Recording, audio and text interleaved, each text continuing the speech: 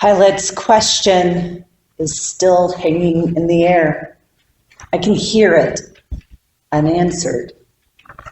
What is truth? What is truth? It haunts the entire Passion narrative. It haunts our own time. It's a question of longing, skepticism, and searching. The curious thing is the answer to Pilate's question is standing right in front of him. Truth isn't hidden. Truth isn't absent. Truth is on trial. Truth has a body. Truth has hands bound by Roman rope. Truth is mocked and wears a crown of thorns and a royal purple robe. Truth has a name, Jesus. And the truth he revealed is not an idea to be argued, but a life given away in love. Jesus says to Pilate, "Everyone who belongs to the truth listens to my voice." There's constant movement between scenes in John's telling of Jesus' trial before Pilate. Jesus inside, the crowd outside. Pilate moving back and forth, back and forth. The more he moves, the more lost he becomes.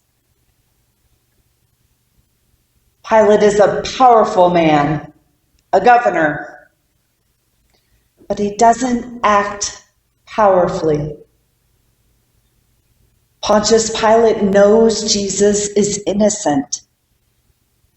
He tries to release him. He even offers a trade. He declares, "I find no case against him." And yet he gives in. He hands Jesus over. Why? Because hearing the truth in Jesus asks something of him. And so Pilate's power is threatened. The irony is thick. The one with authority to release Jesus can't seem to do it. The man who asks, "What is truth?" refuses to stand in it. He becomes a portrait of moral collapse in his evasion. I find this such an unsettling part of the narrative, not just the violence of the crucifixion, but the choices that made it possible. A question deflected, a decision postponed, Pilate's conscience quieted. What I have written, I have written. Truth is betrayed by enemies, but also those who try to remain neutral.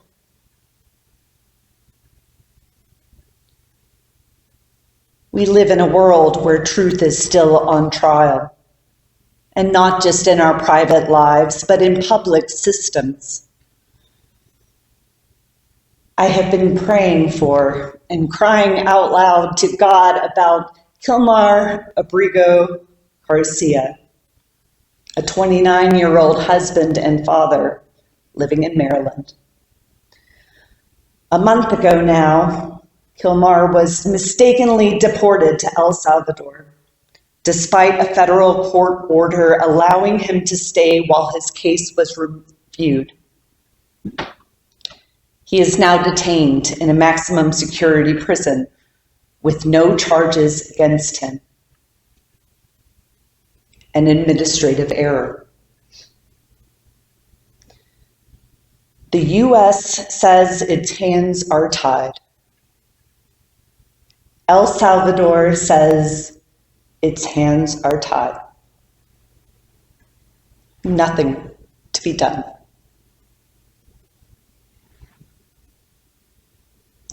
Those with the power to change the outcome are unwilling to act on it. Pilate's question, "What is truth?" echoes across time and borders. Consuming information across the political spectrum, I am finding multiple truths and even multiple realities here. And truth is met with silence. Bureaucratic silence, political silence, the silence of systems that operate without accountability, without confession, without compassion. These systems are built by people, by us.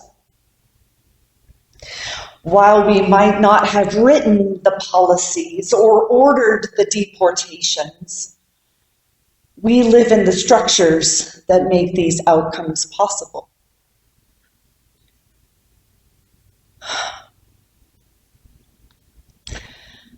The cross invites us to name this not just as a tragedy, but as sin.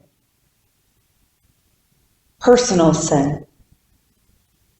Sin against our neighbor. Sin as a people. Sin woven into institutional rot. Sin that props up empire. Sin that seeks plausible deniability. Sin that obstructs and prevents justice. Algorithms, propaganda, exhaustion, all these things complicate truth in our time. But truth is also distorted by fear. Our fear of change, fear of responsibility, our fear that if we acknowledge the weight of our collective failure, we will collapse beneath it. We cannot turn away now. The cross does not let us turn away. The cross stands as the place where truth is laid bare, where human cruelty, indifference, cowardice, violence are exposed. We are not spectators to this. We are participants.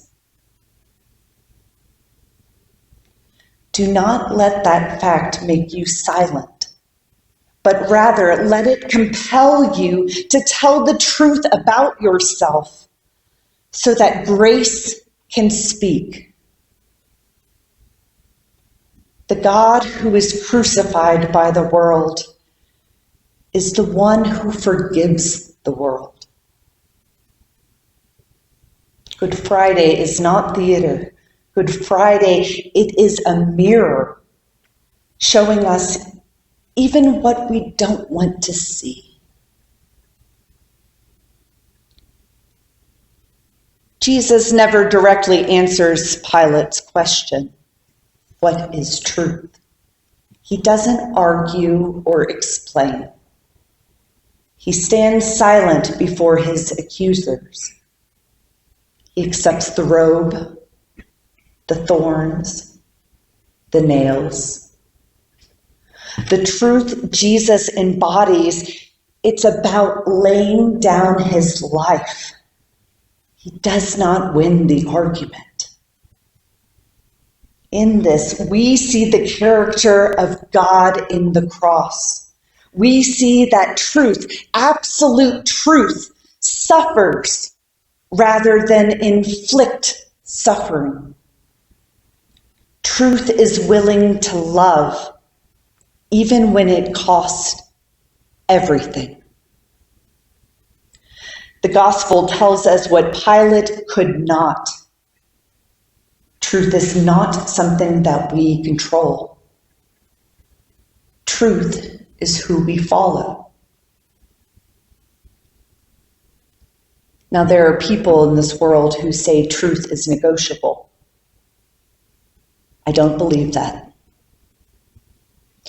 We are called here to live lives of integrity, to speak honestly, to listen deeply, to resist the temptation, and to reduce people to categories or ideas, seeking justice, loving mercy, remembering that truth is not just about what we say, but how we live. We are called to be faithful witnesses. We are called to witness the cross, and with mercy, be changed through our grief and sadness. Changed by God.